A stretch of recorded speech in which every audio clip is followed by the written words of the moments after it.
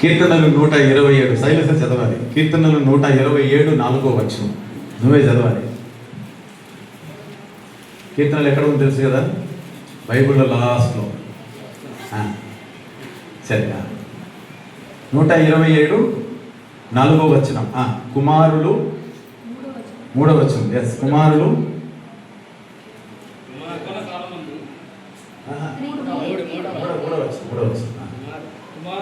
కుమారులు యెహోవా అనుగ్రహించు స్వాస్థ్యము, గర్భఫలము ఆయన ఇచ్చు బహుమానమే. అట్లయితే సైలస్ బ్యూలా గారికి దేవుడు, వారిద్దరికి దేవుడు ఏమి ఇచ్చున్నారు? గిఫ్ట్, బహుమానం. ఆ బహుమానము దేవుడు మీకు ఇచ్చిన మగబిడ్డ.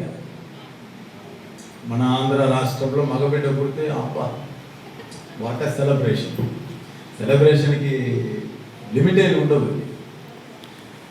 పాప పుట్టినా బాబు పుట్టినా మొదటగా ప్రథమ ఫలం ఎవరు పుట్టినా మనకు సెలబ్రేషన్. ఇప్పుడు రెండవ బిడ్డ ఏది పుట్టినా దేవుడు మనకి, మీకు టెన్షన్ లేదు, మీరు ఎస్కేప్ అయిపోయినారు. మొదట పాప పుట్టింది అనుకో, రెండవది కంపల్సరీ బాబు పుట్టాలని ఒక మొండి ఉంటుంది, ఒక పట్టుదల ఉంటుంది. అక్కడ మనకి ఏదైనా జరిగిపోతే డిసప్పాయింట్మెంట్ వస్తుంది. అయ్యో దేవుడు నాకు ఇట్లా ఇచ్చినాడు. నాకు దేవుడు మొదటగా ఇచ్చింది పాప. అయ్యగారు నాకు మొదట దేవుడు పాప, కాబట్టి రెండవది కూడా పాపనే పుట్టింది, సెకండ్ కూడా పాపనే. మూడవ దానికి మేము పోలే, ఈ ఆటలు సాధువులు అనుకున్నాం. ఎందుకంటే మేము పరిచయం చేసేవారము, సేవకులము. 2 బిడ్డలు అనుకున్నాం. 2 దేవుడు ఆడబిడ్డలనే దేవుడు ఇచ్చారు. దేవుడికి స్తోత్రం. ఒకసారి పాకాల బస్ స్టాండ్లో 2004 నేను నా భార్య బస్సు ఎక్కేటప్పుడు ముందున్న ఒక ఆమె అడుగుతుంది, సార్ మీకు మొదటి బిడ్డ పాపన అడిగింది, చేతిలో ఉంది పాపన అడిగింది. అవునా?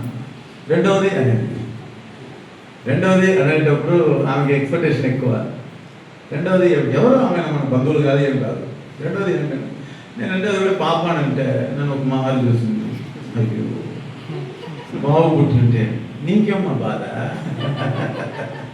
మన ఆంధ్రాలో అది ఒక ఉంది, ఎస్పెషల్లీ మన విలేజ్లో ఇది ఎక్కువ ఉంటుంది. మా సంఘ విశ్వాసంలో కూడా చాలామంది బాధపడతా ఉన్నారు ఇప్పుడు కూడా. అదే మా సంఘంలో ఓల్డ్ ఏజ్లో ఉన్నవారు ఇప్పుడు కూడా పాస్టర్లో మగబిడ్డ ఉంటే బాగుంటుంది, వారు పెద్దగా సౌమ్యులాగా పరిచయం చేసేస్తారని. మనకు అట్లాంటిది ఎక్స్పెక్టేషన్ ఏమీ లేవు. దేవుడి చిత్తం, దేవుడి చిత్తం ఎట్లా ఉందో అట్లే పోవాల్సింది. దేవుడి స్తోత్రం. రైట్, దేవుడికి స్తోత్రం. సో కుమారులు యెహోవా అనుగ్రహించు స్వాస్థ్యము, ఆయన ఇచ్చు బహుమానం. అట్లయితే సైలస్ బ్యూలా వారిద్దరికి దేవుడు బహుమానం ఇచ్చున్నారు. వారికి ఇచ్చిన బహుమానమునకు ఈ రోజున మనము ప్రతిష్ఠ చేయబోతున్నాం. ప్రతిష్ఠ అన్నది డెడికేషన్. దేవునికంటూ ఈ బిడ్డ to separate unto God, to separate unto God. ఈ బిడ్డ దేవుడు మాకు ఇచ్చారు. ఈ బిడ్డను దేవునికని మేమేం చేస్తున్నాం? ప్రతిష్ఠ చేయిస్తున్నాం. పరిశుద్ధమైన బిడ్డగా ఈ బిడ్డను మేము పెంచుతాం అని బ్యూలా, సైలస్ వాళ్ళిద్దరూ కూడా ఈరోజు తీర్మానం తీసుకోబోతున్నారు. ఇక్కడ ఎట్లా పరిశుద్ధ వివాహములలో ప్రమాణం చేశారో దేవుని సన్నిధానంలో, అలాగుననే వాళ్ళిద్దరూ కూడా ఇప్పుడు బిడ్డను చేతిలో ఉంచుకొని ప్రమాణం చేయబోతున్నారు మన అందరి ఎదుట, దేవుని ఎదుట. That is called dedication. Yesu ప్రభు పుట్టినప్పుడు స్త్రీలకు సంబంధించిన శుద్ధీకరణ ఆచార పద్ధతులన్నీ ముగించిన తర్వాత ఆయన యూద జాతికి చెందిన మగబిడ్డగా పుట్టాడు కాబట్టి, మెస్సయాగా పుట్టాడు కాబట్టి, మరియా యోసేపు ఆ బిడ్డను ఆ యూదుల ఆచార పద్ధతి అన్ని ముగించుకొని యెరూషలేము దేవాలయమునకు తీసుకొచ్చారు. అవునా ఎఫ్రాయిం బ్రదర్? అవునా? ఎవరిని తీసుకొచ్చారు? యేసు ప్రభు. సో యేసుక్రీస్తును తల్లి అయిన మరియా యోసేపు వాళ్ళిద్దరూ దేవాలయంలోకి వచ్చారు. ఆ దేవాలయంలో ఒక మనుషుడు ఉన్నాడు, సిమియోన్. ఆయన ఇశ్రాయేలీయుల యొక్క విమోచన కోసం చాలా దినములుగా ఎదురు చూస్తున్నారు. ఆయనకు ఒక దర్శనం ఏమిటంటే, మెస్సయ్యను కనులారా చూస్తే ఆయనకు మరణం వస్తుంది. అందుకోసం ఆ యెరూషలేము దేవాలయంలో ఆయన వెయిటింగ్ చేస్తున్నాడు. ఆయన కాసుకుని ఉన్నాడు. పనుయేలు కుమార్తె అన్నా కూడా ఆ దేవాలయంలో ఆమె కూడా అక్కడ కాసుకుని ఉంది. పనుయేలు కుమార్తె అన్న 84 సంవత్సరం ఓల్డ్ ఉమెన్. సో దేవునికి స్తోత్రం. పుట్టిన బిడ్డ నేను ఇదివరకు చూడలే, హోటల్లో చూసిన, ఇదే ఫస్ట్ టైం నేను చూసి. దేవునికి స్తోత్రం. రైట్. ఇప్పుడు బిడ్డను మీరిద్దరనే బ్యాలెన్స్ చేయాలి. మళ్ళా మీ తరపున మమ్మీ వస్తుందని, ఆమె తరపున మమ్మీ వస్తుందని ఏం కాదు. మీరే ఎట్లా హ్యాండిల్ చేస్తారో చూడండి. ఓకే. ఇప్పుడు మీరు ట్రైన్లో పోయినట్టు, మీరిద్దరే ట్రైన్లో పోయినట్టు, మీకు ఫ్యామిలీ ఎవరు రాలేదు, స్లీపర్ క్లాస్లో ఉన్నారు మీరు. బిడ్డ నడుస్తుంది నడుస్తుంది, ఏం లేదు సైలెన్స్, పారిపోతావా? సరే చూడండి, ఇంకా చాలా ఉన్నాయి. ఇక్కడ జరిగే సీన్లు చాలా ఉన్నాయి. ఇంక బిడ్డను ఎత్తుకొని చేతిలో ఉండేటప్పుడు ఏడుస్తుంది. ఏదో బ్యాలెన్స్ చేయాలి. బ్యాలెన్స్ ఇద్దరు బ్యాలెన్స్ చేయాలి. అంటే దేవుడు మీకు బహుమానముగా ఇచ్చినాడు కాబట్టి, ఇక్కడ చూడు దేవుడు మీకు బహుమానముగా బిడ్డను ఇచ్చాడు. సో అది మీరు పెంచి పెద్ద చేయడం అనేది పెద్ద ఒక పని. అది ఇప్పుడు ఉండే జెన్సీ కిడ్స్, మనం జెన్సీ కిడ్స్ అంటాం కదా, ఈ జెన్సీ కిడ్స్ అనేది ఇప్పుడు ఉండే కాలంలో పిల్లల్ని పెంచడం చేయదు. అయ్యో భయంకర కష్టం. మెయిన్గా క్రిస్టియన్ ఫ్యామిలీలో ఉన్న వాళ్ళకు చాలా కష్టం. ఇంకా సేవకుల పిల్లలకు ఇంకా చాలా కష్టం. సేవకుల పిల్లలు ఇంకా చాలా కష్టం, మాకంటే భయంకరమైన కష్టం. పిల్లలను కనేది పెద్ద విషయం కాదు. హలో, పిల్లల్ని కనేది పెద్ద విషయం కాదు. పిల్లలను పెంచి పెద్ద చేయడం అనేది ఉంది కదా, ఒక 18 ఏళ్ళు దాటిన తర్వాత ఇంకా భయంకరంగా ఉంటుంది. తల్లిదండ్రుల మాట వాళ్ళు వినిపించుకోరు. సో కాబట్టి బ్యూలాకు సైలస్ ఇద్దరికి టాస్క్ స్టార్ట్ అయిపోయింది. ఏం పర్వాలేదు, మీరు చెప్పినట్టుగా చూడండి. చెమట పడుతుందా? ఏం సౌకర్యం చూడండి. మీరు వెళుతున్న సంఘంలో ఏసీ పెట్టమని చెప్పండి. ఏసీ చర్చ్ ఉన్నట్లయితే, సెంటర్ ఏసీ చర్చ్ ఉంటే బాగా హాయిగా ఉంటుంది.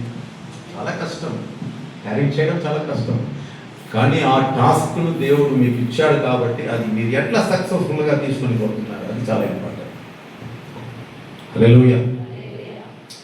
దేవుడు మోషే అనే ఒక బిడ్డను లేవియ గోత్రంలో ఉన్న లేవియ పురుషునికి, స్త్రీకి దేవుడు మోషే అనే ఒక అందమైన సౌందర్యమైన మగ బిడ్డను దేవుడు ఇచ్చాడు. ఆ బిడ్డను దేవుడికని సమర్పించాడు. హల్లెలూయా.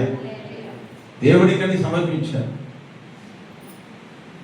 ఆ తల్లి ఆ బిడ్డను 3 నెలలు దాచిపెట్టింది.